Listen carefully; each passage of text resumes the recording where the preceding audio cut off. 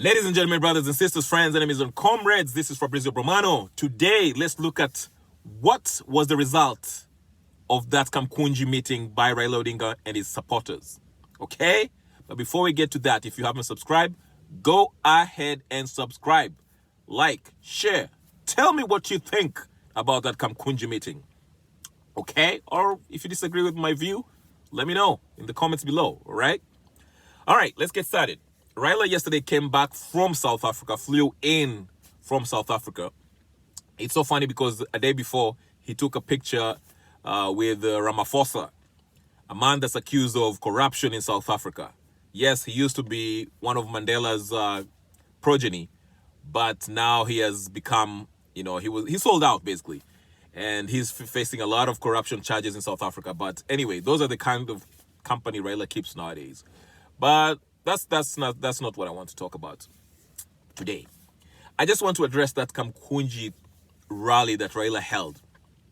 It's so funny because the man came back and he wanted millions of people to come and greet him, which thousands showed up. I'd say hundreds, maybe thousands at most, but who cares? Anyway, what he said in this rally is what is concerning. Not concerning as to, it's not something that William Ruto should be worried about, but it's something that's funny to me. Why do I say it's funny? Basically, in short form, Raila claimed that him, as the head of the Azimio, they do not recognize William Ruto as the president of the Republic of Kenya. And he went along down the laundry list of the things that he did not agree with, including the taxes and all that crap. And also talked about Gachagua, which he had the right to respond to. But here's the thing that I want to stress to Raila and his supporters, okay? Two things, one for Raila, one for Ruto. What Raila should understand is this. Kenyans, majority of them, have moved on from this election. He never had the majority people on his side. As I mentioned, once he shook hands with Uhuru Kenyatta in the last elections, his credibility went down. He doesn't have any credibility anymore. So people are looking at him as somebody who is looking for Nusumkati. Because if last time people supported him and wanted him to be president and risk their lives, and he turned their backs to them only to shake hands with the very person that people rejected, it kind of confirmed that Raila only cared about himself, his self-interest. Okay? So this time around, he comes again and tells us, oh, my election was stolen. Why should we listen to you, Raila? Absolutely, there's no reason. So only your diehard supporters will go there and make noise. And the majority of the politicians who are behind Raila are just people who are riding his coattails. They have hopes of inheriting his supporters. Someone like, not Musalia Mudavadi, what's this guy from Ukambani? Kalonzo Musyoka. We know Kalonzo Musyoka. When things, for example, if Ruto was to decide to start unleashing the security forces against Azimio supporters, I'm telling you, tomorrow, Kalonzo Musyoka will join Ruto's government.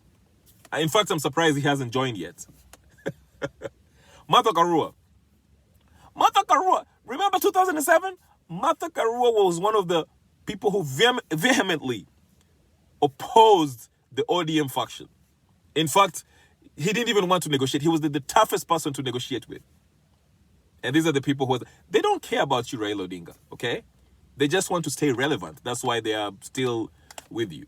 But if things get tough, if Ruto was to release the tear gas, so to speak, I'm telling you, these people will not stay with you. But here's what I want to say. Raila Odinga, I've said it before. You don't have the legal recourse to take. And this time you don't have leverage in order to get Mr. William Ruto to sit on the table to negotiate for power. Power is not something you negotiate for. Power is something you take. You don't negotiate for power. But you can't take it because, number one, you don't have the instruments of power. You don't have the military, you don't have enough money, and you don't have the enough army. So you cannot take power from Ruto. Okay? Now, I see you want to have another Maandamano next on the 29th, the Sunday, it's 29th. What will this Maandamano do?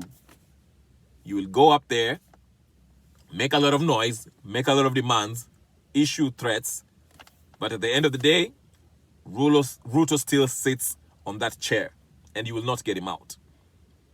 Asking him to resign is not going to cut it. Like I said, you don't have the leverage. The difference between this time and last time, most people rejected Kenyatta. They did not want him. They had your back, Mr. Raila Odinga. And so, you had leverage in the negotiations if you wanted power. You went there and told him, hey, listen, if you don't, work something out with me, you see these people here, they'll burn down the country. These people who are backing me, including Miguna and his friends, whatever, and his followers, NRM. Okay? But this time you don't have that. You just have a bunch of people who are following you, your diehard supporters in Nairobi. Because remember, last time, once the election was rigged, there were people protesting in Mombasa, Kisumu, Nakuru, everywhere. But this time, like I say, number one, Raila, you don't have leverage. Number two, you don't have the instruments of power,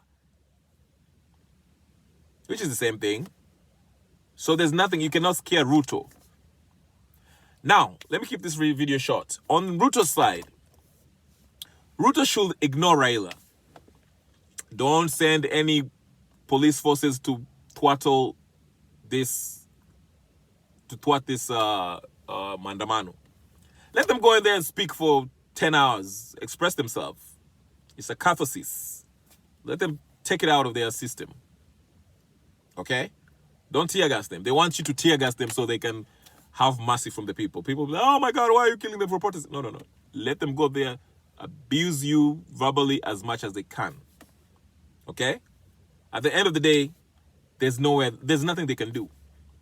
Because if Raila tries to get violent, he shall go to jail. He might end up at ICC. Okay? International Criminal Court. So he can't do anything. So William Ruto, in fact, advise Gachagua not to speak about Raila. Just stop it. Mwambia anyamaze.